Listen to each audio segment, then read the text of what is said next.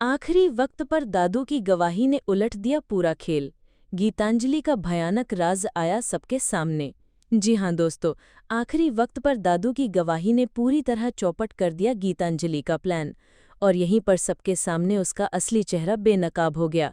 दोस्तों, सीरियल ये रिश्ता क्या कहलाता है कि अपकमिंग ट्रैक में अब कहानी अपने सबसे बड़े और सबसे रोमांचक मोड़ पर आ खड़ी हुई है, जहां हर कोई मान चुका था कि अभीरा ही दोषी है, लेकिन दादू की एंट्री ने पूरा खेल ही बदल दिया। शुरुआत होती है उस सीन से जब कोर्ट रूम में चारों तरफ सन्नाटा पसरा हुआ था। सबकी निगाहें गवाही बॉक्स पर टिकी थीं और तानिया पूरे आत्मविश्वास के साथ खड़ी होकर गवाही दे रही थी। उसकी आवाज़ में नकली मासूमियत थी, लेकिन शब्दों में जहर। वो बार बार कहती कि जो भी हुआ उसका जिम्मेदार सिर्फ और सिर्फ अभीरा है। तानिया की झूठी बातें सुनकर कोर्ट में मौजूद लोग भी धीरे धीरे मानने लगे कि शायद सच यही है, क्योंकि उसके शब्दों में एक चालाकी भरा यकीन झलक रहा था। तभी उसके साथ खड़ा कृष भी अपने झूठे सबूतों और गढ़ी हुई कहानियों के सहारे केस को और उलझा देता है। हर कागज़, हर तस्वीर, हर बयान जैसे अरमान और अभीरा के खिलाफ ही जा रहा था। अरमान, जो अब तक मजबूत तर्कों और दलीलों के साथ खड़ा था, अचानक खुद को कमज़ोर महसूस करने लगता है। उसकी हर कोशिश नाकाम साबित हो रही थी। उसकी आंखों में बेचैनी और निराशा साफ झलकने लगी थी, क्योंकि उसके पास अभीरा की बेगुनाही साबित करने के लिए कोई ठोस सबूत नहीं बचा था। अरमान ने रात दिन एक कर दिया था। हर गली नुक्कड़, हर जगह उसने सुराग तलाशे थे, लेकिन हर बार उसे मायूसी ही हाथ लगी। उसकी थकी हुई आंखों के सामने बस अभीरा का चेहरा घूम रहा था, जो बार बार उससे कहती रही थी, मैं बेगुनाह हूँ अरमान, मुझ पर यकीन करो। अरमान उसे खोना नहीं चाहता था, लेकिन हालात उसे हार की तरफ धकेल रहे थे। कोर्ट रूम का तनाव इतना बढ़ चुका था कि जैसे ही जज साहब फैसला सुनाने के लिए आगे बढ़े, तभी अचानक कोर्ट के दरवाजे तेज आवाज के साथ खुलते हैं और सबकी सांसें थम जाती हैं। अंदर आते हैं दादू, धीमे धीमे कदमों से, लेकिन आंखों में तूफान लिए। उनकी गूंजती आवाज सबको रोक देती है, रुकिए जज साहब, फैसला अभी नहीं हो सकता।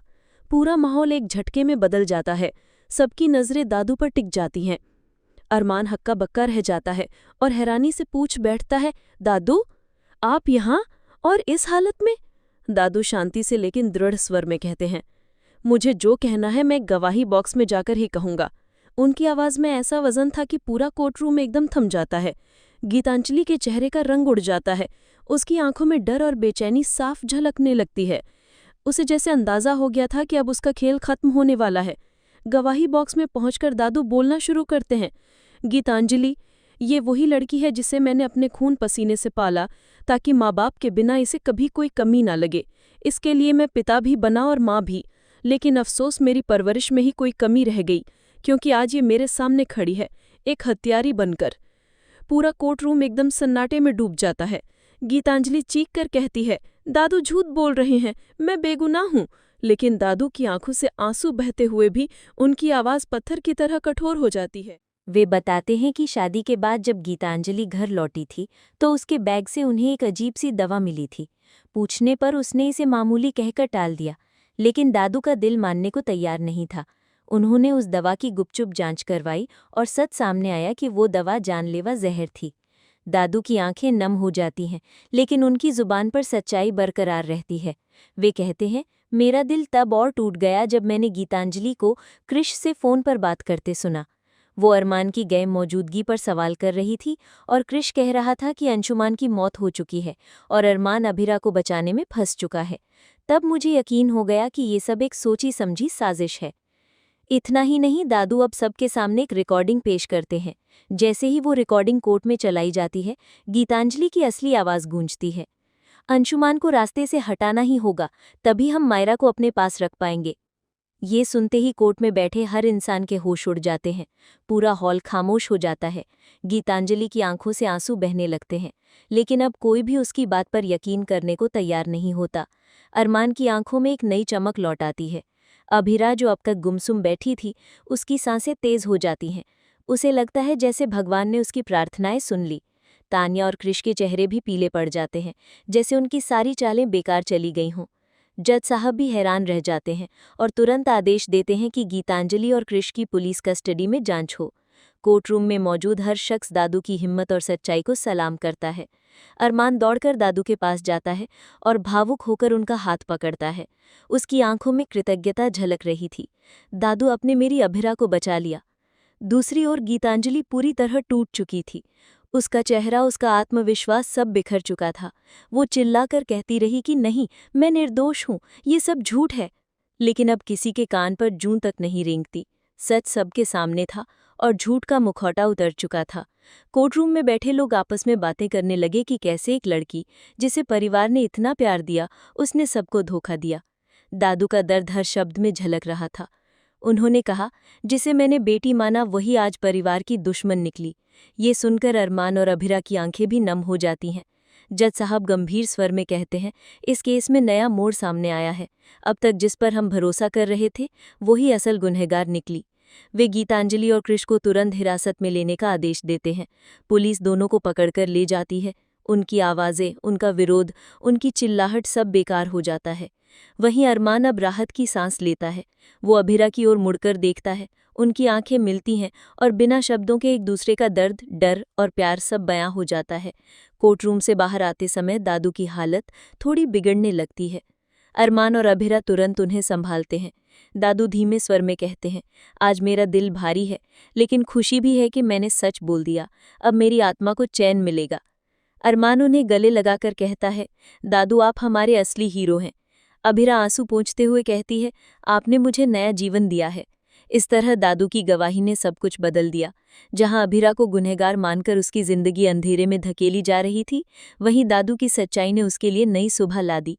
परिवार जो अब तक टूटने की कगार पर था, फिर से एकजुट होने लगा। अरमान और अभिरा का रिश्ता और मजबूत हो गया। लेकिन इस जीत की कीमत भी बहुत भारी थी। परिवार के भीतर छिपे हुए सच, धोखे और रिश्तों की दरारें सबके सामने आ चुकी थीं। अंशुमान के गुजर जाने से पूरा पोद्दार परिवार गहरे सदमे में डूब गया था। घर का हर कोना जैसे वीरान हो गया था। दीवारें भी मानो उस दर्द की गवाही दे रही थीं। ताया जी का तो बुरा हाल था। वे बार बार अंशुमान का नाम लेकर फूट फूट कर रोते रहते। उनकी आंखों से बहते आंसुओं ने सबको ये एहसास दिला दिया कि अंशुमान केवल परिवार का सदस्य नहीं था, बल्कि उस घर की धड़कन था। विद्या, माधव और बाकी सभी रिश्तेदारों की आंखों में भी आंसू थमने का नाम नहीं ले रहे थे।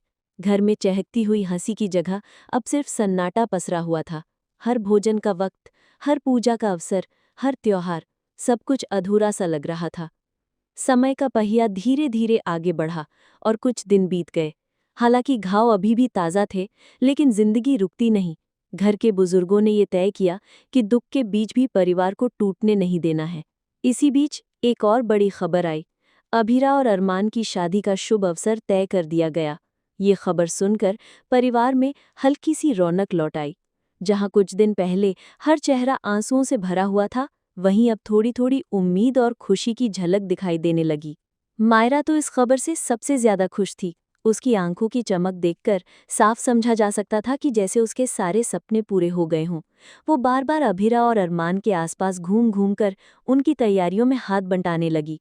उसके लिए ये सिर्फ शादी नहीं, बल्कि एक सपनों का उत्सव था। विद्या और दादी साहब भी बेहद भावुक थीं। वे सोच रही थी कि अंशुमान के जाने के बाद परिवार पर जो गम का साया छा गया था, उसे दूर करने के लिए ये शादी किसी वरदान से कम नहीं। शादी की तैयारियों का माहौल पूरे घर को फिर से जीवंत कर गया।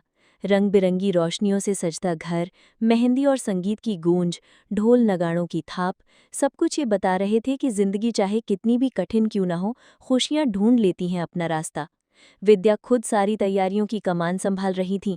दादी सा हर रस्म में अपनी परंपराओं का ध्यान रख रही थीं। अरमान को बार बार ताया जी की याद आती थी और उनकी आंखें भर जाती थीं। लेकिन अभिरा ने अपने प्यार और अपने सपनों से उन्हें ये भरोसा दिलाया कि ये शादी सिर्फ दो लोगों का मिलन नहीं, बल्कि पूरे परिवार के टूटे हुए दिलों को जोड़ने का एक प्रयास है। शादी के दिन पोद्दार हवेली जगमगा उठी। रिश्तेदार और मेहमान बड़ी संख्या में आए। दादी सा ने अभिरा को अपनी बेटी मानकर विदा करने की रस्म की तैयारी की थी। जब अरमान सहरा सजाकर मंडप में पहुंचे तो सबकी आंखें खुशी से चमक उठी। दूसरी ओर अभिरा लाल जोड़े में सजी किसी अप्सरा से कम नहीं लग रही थी। उसकी मासूमियत और खूबसूरती को देखकर हर कोई मंत्रमुग्ध था। मंडप में बैठकर जब पंडित जी ने शादी की रस्में शुरू की तो हर कोई श्रद्धा से देखता रहा। 7 फेरों के दौरान अरमान और अभीरा ने एक दूसरे का साथ निभाने का वचन लिया। दादीसा और विद्या की आंखों से खुशी के आंसू थम नहीं रहे थे। वे सोच रही थी कि उनके परिवार में चाहे कितनी भी मुश्किलें आई हों, लेकिन आखिरकार ये रिश्ता परिवार को फिर से संजो देगा। मायरा तो जैसे पंख लगाकर उड़ रही थी। वो बार बार हंसती, नाचती और सबको उत्साहित करती। उसके चेहरे की चमक ये बता रही थी कि वो अपनी बहन जैसी अभीरा को अरमान के साथ देखकर कितनी संतुष्ट है। शादी पूरी होते ही जब अभीरा ने अरमान के साथ 7 फेरे पूरे किए तो पूरा पोद्दार परिवार खुशी से झूम उठा। ताया जी की आंखों में भी आंसू थे, लेकिन इस बार वे आंसू सिर्फ गमजे नहीं बल्कि थोड़ी राहत और खुशी के भी थे।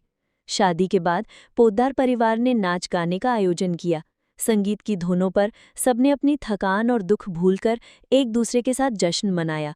विद्या ने मुस्कुराते हुए कहा कि यही जिंदगी है, कभी गम कभी खुशी, लेकिन परिवार अगर साथ हो तो हर मुश्किल आसान हो जाती है। इस शादी ने सिर्फ अरमान और अभीरा को ही नहीं बल्कि पूरे पोद्दार परिवार को एक नई उम्मीद दी। अंशुमान की कमी हमेशा रहेगी, लेकिन उसकी यादें अब परिवार की ताकत बन गई और अभीरा अरमान का ये मिलन उस ताकत को और मजबूत करने वाला साबित हुआ। अंशुमान का हालात देखकर दानिया का फूटा अभीरा पर गुस्सा। जी हां दोस्तों, ये रिश्ता क्या कहलाता है का सफर अब उस मोड़ पर पहुंच चुका है जहां दर्शकों के दिल दहल उठेंगे। कहानी में आने वाला ट्विस्ट ना सिर्फ चौंकाने वाला होगा बल्कि पूरी कहानी की दिशा बदल देगा। ये मोड़ होगा अंशुमान की जिंदगी का आखिरी पड़ाव, जहां उसका हाथ हमेशा के लिए अभीरा के हाथ से छूट जाएगा और पूरे परिवार को गहरा झटका लगेगा। दरअसल जैसा कि दर्शकों ने देखा था, अभीरा ने अपना वादा निभाते हुए अंशुमान से शादी करने का निर्णय लिया। तमाम मुश्किलों और तानों के बीच भी उसने ये दिखा दिया कि जब वो किसी रिश्ते को निभाने की ठान लेती है तो पूरी ईमानदारी से निभाती है। कोर्ट मैरिज का सीन बेहद भावुक रहा। अंशुमान और अभीरा ने एक दूसरे का हाथ थामकर नई शुरुआत की, लेकिन ये शुरुआत ज़्यादा लंबी नहीं चल पाई क्योंकि किस्मत ने कुछ और ही तय कर रखा था। शादी के बाद जब सभी खुश थे तभी अचानक एक ऐसा हादसा हुआ जिसने सबकी सांसें रोक दी। अंशुमान अचानक बेहोश होकर जमीन पर गिर पड़ा। पहले तो सबको लगा कि ये सिर्फ थकान या तनाव की वजह से है, लेकिन कुछ ही पलों में स्थिति गंभीर हो गई। अंशुमान का चेहरा पीला पड़ गया और उसके होंठ कांपने लगे। ये देखकर पूरा परिवार घबरा गया। कोई कह रहा था कि उसे गोली लगी है तो कोई मान रहा था कि ये दिल का दौरा है। लेकिन एक बात साफ थी, अंशुमान की हालत बेहद नाजुक थी। अभीरा चीखते हुए उसके पास पहुंची और उसका हाथ थाम लिया। उसकी आंखों से आंसू बह रहे थे और वो बार बार कह रही थी, कुछ नहीं होगा अंशुमान, तुम मुझे छोड़कर नहीं जा सकते। लेकिन अंशुमान की सांसें धीरे धीरे टूट रही थीं। उसकी आंखों में दर्द से ज्यादा चिंता थी, चिंता अभीरा और मायरा की। उसी पल तानिया का गुस्सा फूट पड़ा। उसने सबके सामने अभीरा को दोषी ठहराते हुए कहा, मेरे भाई की ये हालत सिर्फ तुम्हारी वजह से है। अगर तुम उसकी जिंदगी में नहीं आती तो आज ये सब नहीं होता। तानिया के शब्द अभीरा के दिल को चीर गए। उसे लगा जैसे वो सचमुच अंशुमान के जाने की वजह बन गई हो। लेकिन असली सच्चाई तो अंशुमान के होंठों से निकली। आखिरी सांसें लेते हुए अंशुमान ने अरमान को पास बुलाया। उसकी आवाज़ बेहद धीमी थी लेकिन उसमें साफ संदेश था। उसने अरमान का हाथ पकड़कर अभीरा का हाथ उसमें रख दिया और कहा, अभीरा को अकेला मत छोड़ना। उसका दर्द कम करने का एक ही रास्ता है और वो रास्ता तुम हो अरमान। तुम दोनों का मिलन ही इस परिवार को पूरा करेगा। मायरा को उसकी माँ और उसके पिता दोनों चाहिए। वादा करो कि अब उसे किसी कमी का एहसास नहीं होने दोगे। ये सुनते ही अरमान की आंखें भीग गईं। अभीरा फूट फूट कर रो रही थी, लेकिन अंशुमान की आंखों में एक संतोष था कि वो जाते जाते भी अपनी जिम्मेदारी पूरी कर रहा है। कुछ ही क्षणों बाद उसकी सांसें थम गई और पूरे परिवार में सन्नाटा छा गया। अंशुमान का ये अचानक अंत सिर्फ अभीरा और अरमान के लिए ही नहीं बल्कि दर्शकों के लिए भी एक बड़ा झटका था। फैंस के दिलों में ये कसक रह गई कि अंशुमान और अभीरा की कहानी अधूरी क्यों रह गई। जब भी अभीरा की जिंदगी में कोई नया साथी आता है, तकदीर उसे छीन लेती है। पहले अरमान उसके साथ नहीं रह पाया और अब जब अंशुमान ने उसका हाथ थामा तो जिंदगी ने उसे भी छीन लिया। लेकिन कहानी यहीं खत्म नहीं होती। अंशुमान जाते जाते जो बीज बो गया था वही आगे की कहानी की जड़ें बनने वाला है। उसने साफ कर दिया कि अभीरा का भविष्य अरमान के साथ ही जुड़ा है, लेकिन ये रास्ता इतना आसान नहीं होगा। जहां एक तरफ मायरा को अब अरमान और अभीरा दोनों का साथ मिलेगा, वहीं दूसरी तरफ गीतांजलि इस रिश्ते को कभी स्वीकार नहीं करेगी। गीतांजलि की जिद अब और भी खतरनाक रूप ले चुकी है। वो अरमान से शादी करने पर अड़ी हुई है और किसी भी कीमत पर अभीरा और अरमान को एक नहीं होने देना चाहती। ये जिद आने वाले एपिसोड्स में नई मुश्किलें खड़ी करेगी। दूसरी तरफ तानिया का गुस्सा भी कम होने वाला नहीं है। उसका मानना है कि उसके भाई की मौत की असली वजह अभीरा है। वो हर मौके पर अभीरा को दोषी ठहराएगी और परिवार में तनाव बढ़ाएगी। ऐसे में सवाल उठता है, क्या अरमान इन हालात में अभीरा का साथ दे पाएगा? क्या वो अंशुमान की आखिरी इच्छा पूरी कर पाएगा? अस्पताल से लेकर अंशुमान के अंतिम संस्कार तक हर दृश्य बेहद भावुक रहेगा। जब अभीरा अंशुमान की तस्वीर के सामने दीपक जलाकर वादा करेगी कि वो उसकी दी हुई इज्जत पर आंच नहीं आने देगी, तो दर्शकों की आंखें नम हो जाएंगी। अरमान उस वक्त उसके पास खड़ा रहेगा और धीरे से कहेगा, अब से हर फैसला हम मिलकर करेंगे, मायरा की खुशी और उसके सपनों के लिए। यहाँ मायरा का मासूम डायलॉग सबको तोड़ देगा। वो मासूमियत से कहेगी, मम्मा पापा अब हम अलग नहीं होंगे ना? और इस मासूम सवाल के सामने ना अभीरा टिक पाएगी और ना अरमान। दोनों आंखों में आंसू लिए एक दूसरे की ओर देखेंगे और सिर हिला देंगे। लेकिन कहानी में ट्विस्ट यहीं खत्म नहीं होंगे। जहां एक तरफ अंशुमान का मौत ने सबको झकझोर दिया है, वहीं दूसरी तरफ गीतांजलि और तानिया की चालें आने वाले समय में और भी खतरनाक होंगी। दर्शकों के लिए आगे की कहानी में इमोशन के साथ साथ ड्रामा और सस्पेंस की भी कोई कमी नहीं होगी। फिलहाल इतना तो तय है कि अंशुमान का सफर अब हमेशा के लिए खत्म हो गया है, लेकिन उसके जाने के बाद भी वो अपने पीछे ऐसे हालात छोड़ गया है जो लंबे समय तक इस परिवार को हिलाकर रखेंगे। तो दोस्तों, अब सवाल ये है कि क्या अरमान और अभीरा की किस्मत उन्हें दोबारा मिलाएगी? क्या मायरा को सच में उसका पूरा परिवार मिलेगा, या फिर गीतांजलि और तानिया की साजिशें इन तीनों को हमेशा के लिए अलग कर देंगे? अगर आप चाहते हैं कि अंशुमान की एंडिंग इतनी दर्दनाक ना हो तो हमें कॉमेंट करके ज़रूर बताएं। और हाँ, ये रिश्ता क्या कहलाता है कि हर नए अपडेट और हर ट्विस्ट की जानकारी पाने के लिए हमारे चैनल से जुड़े रहिए। खुद को फंसता देख कृष्ण ने फोड़ा गीतांजलि का भांडा। जी हाँ दोस्तों, ये रिश्ता क्या कहलाता है कि आने वाले ट्रैक में कहानी उस मोड़ पर पहुंच चुकी है जहां सच और झूठ की जंग अब सीधे कोर्ट रूम तक पहुंच गई है। ये जंग सिर्फ इंसाफ की नहीं बल्कि रिश्तों की भी है, जहां परिवार, प्यार, विश्वास और साजिश सब एक दूसरे से टकराने वाले हैं। कहानी शुरू होती है उस दर्दनाक मोड़ से जब अंशुमान की अचानक मौत हो जाती है। पूरे पोद्दार परिवार पर जैसे पहाड़ टूट पड़ा हो। तानिया, जो अपने भाई से बेहद प्यार करती थी, इस सदमे को सहन नहीं कर पाती। उसका गुस्सा सीधे अभीरा पर फूट पड़ता है। तानिया मानने लगती है कि उसके भाई की मौत की असली वजह अभीरा ही है। पहले सिर्फ ताने दिए जाते थे, लेकिन अब हालात और बिगड़ जाते हैं। तानिया पुलिस में शिकायत दर्ज करवाती है और नतीजा ये होता है कि अभीरा को पुलिस गिरफ्तार करके ले जाती है। उस पल अरमान का दिल जैसे 1000 टुकड़ों में बिखर गया। जिस लड़की से वो दिलो जान से प्यार करता है, उसे सबके सामने अपराधी बनाकर ले जाया जा रहा था। पूरा परिवार सदमे में था। कोई विश्वास नहीं कर पा रहा था कि मासूम और नेक दिल अभीरा पर इतना बड़ा इल्जाम लग सकता है। अब बारी थी कोर्ट की। मामला अदालत में पहुंच चुका था। कोर्ट रूम का हर दिन परिवार के लिए किसी युद्ध से कम नहीं था। तानिया बार बार जज साहब के सामने जोर देकर कहती, माय लॉर्ड, मेरे भाई की मौत के पीछे सिर्फ और सिर्फ अभीरा का हाथ है। उसने जानबूझकर गलत दवाई दी ताकि मेरे भाई को रास्ते से हटा सके और खुद अरमान की जिंदगी में वापस आ सके। जज साहब के सामने अब सबकी निगाहें टिकी थी पोस्टमार्टम रिपोर्ट पर। ये रिपोर्ट ही सच्चाई का दरवाज़ा खुलने वाली थी। रिपोर्ट में साफ लिखा था कि अंशुमान के शरीर में ऐसी दवाइयों के अंश पाए गए जो उसे बिल्कुल भी नहीं दी जानी चाहिए थी। इन दवाइयों की वजह से उसका शरीर कमज़ोर पड़ा और उसकी मौत हो गई। ये सुनकर पूरा कोर्टरूम सन्न रह गया। तानिया चीख चीख कर कहती है, देखा, यही सबूत है कि अभीरा ने जानबूझकर ये किया। उसकी आवाज़ गुस्से और नफरत से भरी हुई थी। लेकिन कहानी यहाँ रुकने वाली नहीं थी। असली ट्विस्ट तब आया जब कियारा खड़ी हुई और उसने कहा, मुझे लगता है दवाइयाँ गलती से एक्सचेंज हो गई थी, लेकिन ये महज एक एक्सीडेंट नहीं था। ये किसी की चाल भी हो सकती है। ये सुनकर अरमान और चौकन्ना हो गया। उसने ठान लिया कि वो इस केस की तह तक जाएगा। अब अरमान सिर्फ एक वकील नहीं, बल्कि एक बेटे, एक प्रेमी और एक इंसाफ के योद्धा की तरह इस लड़ाई को लड़ने निकला। उसने हर क्लू को जोड़ना शुरू किया। अस्पताल से लेकर घर तक, दवाइयों की बोतल से लेकर अंशुमान की रिपोर्ट तक, हर चीज़ को बारीकी से जांचने लगा। काफ़ी मशक्कत के बाद अरमान को जो सच्चाई मिली, उसने सबके पैरों तले ज़मीन खिसका दी।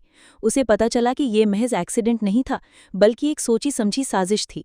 और ये साजिश किसी और ने नहीं बल्कि कृष्ण ने रची थी। कृष्ण ने जानबूझकर अंशुमान की दवाइयां बदल दी थीं। यही वजह थी कि अंशुमान की हालत अचानक बिगड़ी और उसकी मौत हो गई। कोर्ट में अरमान ने ये सच्चाई सबके सामने रख दी। उसने सबूतों के साथ दिखाया कि ये खेल कैसे खेला गया था। कृष्ण के चेहरे का रंग उड़ चुका था। वो समझ चुका था कि अब वो अपने ही बिछाए जाल में फंस चुका है। जज साहब जब फैसला सुनाने ही वाले थे, तभी अचानक कृष्ण खड़ा हुआ और जोर से बोला, रुकिए, मैं सब सच बताऊंगा। पूरा कोर्टरूम उसकी ओर देखने लगा। कृष्ण की आंखों में आंसू थे। उसका दिल अब और झूठ का बोझ नहीं सह पा रहा था। वो बोला, हाँ, ये सच है कि दवाइयाँ मैंने बदली थी, लेकिन मैंने ये सब अकेले नहीं किया था। इसके पीछे गीतांजलि का हाथ था। उसने मुझे मजबूर किया, उसने मुझे बहकाया और मेरे लालच का फ़ायदा उठाया। ये सब उसी की चाल थी। ये सुनकर कोर्टरूम में जैसे बम फट पड़ा। सब हैरान रह गए। गीतांजलि का नाम सुनते ही पोद्दार परिवार सख्ते में आ गया। आखिर वो महिला जो हमेशा खुद को परिवार की शुभचिंतक बताती थी, कैसे इतनी बड़ी साजिश कर सकती है? अब कहानी फ्लैशबैक में जाती है। दिखाया जाता है कि कैसे गीतांजलि ने अरमान और अभीरा के प्यार को खत्म करने की ठान ली थी। वो नहीं चाहती थी कि ये दोनों फिर से एक हो जाएं। उसे मायरा को हमेशा के लिए अभीरा से दूर करना था। इसी नफरत में उसने क्रिश के साथ हाथ मिलाया और एक ऐसा मास्टर प्लान बनाया जिससे अंशुमान रास्ते से हट जाए और पूरा इल्जाम अभीरा पर आ जाए। गीतांजलि की चालाकी इतनी गहरी थी कि कोई शक भी नहीं कर सकता था। उसने एक एक कदम बहुत सोच समझ कर रखा। पहले दवाइयां बदलवाईं, फिर हालात ऐसे बनाए कि सबकी नजरें अभीरा पर जाएं। लेकिन जैसा कहते हैं, झूठ के पांव नहीं होते।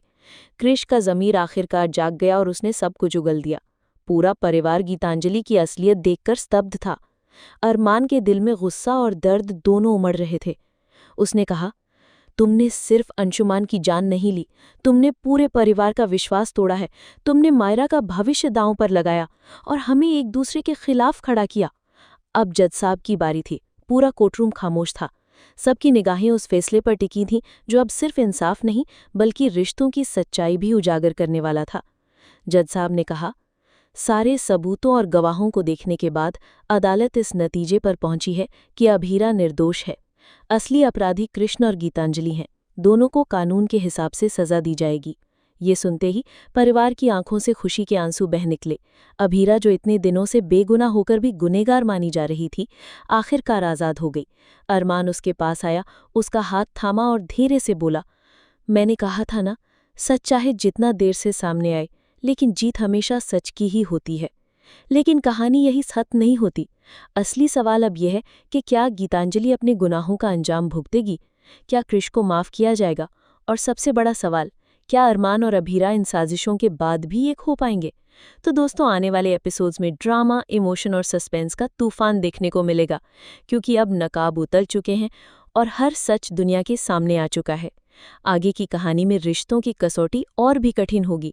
अगर आपको ये अपडेट पसंद आया तो लाइक और शेयर करना ना भूलें। और हाँ, ये रिश्ता क्या कहलाता है कि हर नए ट्विस्ट और टर्न्स की जानकारी के लिए हमारे चैनल से जुड़े रहिए।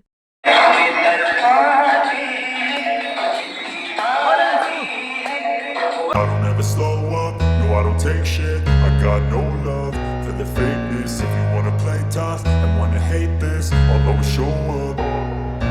I don't ever slow up, no I don't take shit. I got no love for the fakeness. If you wanna play tough and wanna hate this, I'll always show up and make a statement. I don't ever slow up, no I don't take shit. I got no love for the fakeness. If you wanna play tough and wanna hate this, I'll always show up and make a statement. Everything I do so instinctive and so passionate. Every word I move so descriptive like an adjective. I got a vendetta against people who patented being negative when you should be getting after it.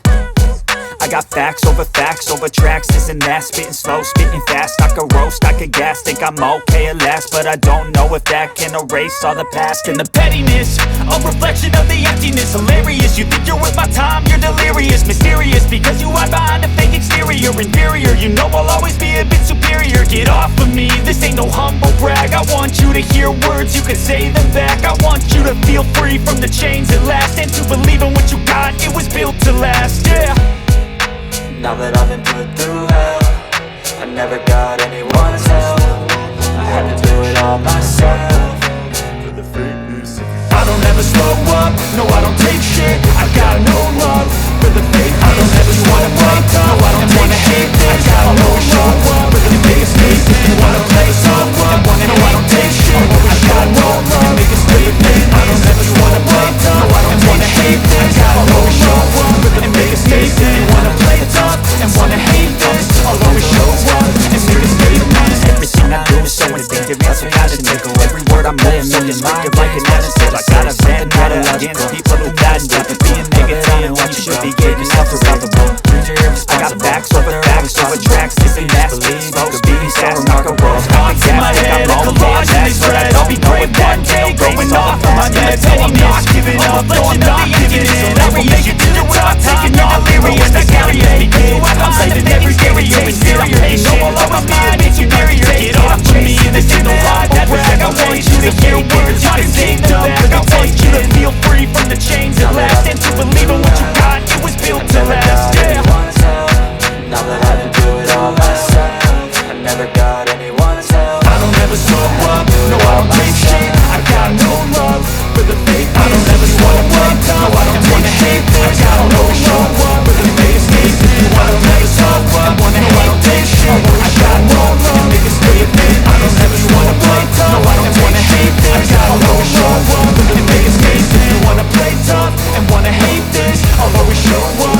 make a statement. Gonna learn the consequence of being incompetent. Mental health is confidence, dreams and some honestness. I'm not here to save the day, that's for you to take away. I could play a million mind games, but instead I say something not illogical, something that is topical. Rub it on and watch it go, make yourself unstoppable. Dreams are irresponsible, but they're always possible. If you just believe, you could be so remarkable. Thoughts in my head, a collage and they spread. I'll be great one day, going off of my meds. No, I'm not giving up, no, I'm not giving in. I will make it to the top, taking off in the wind. I gotta make it, I'm saving every day to taste it. I'm patient, but my mind, it can hardly take it. I'm chasing a dream that I've had for several ages. A vacant, modern kingdom for the taking.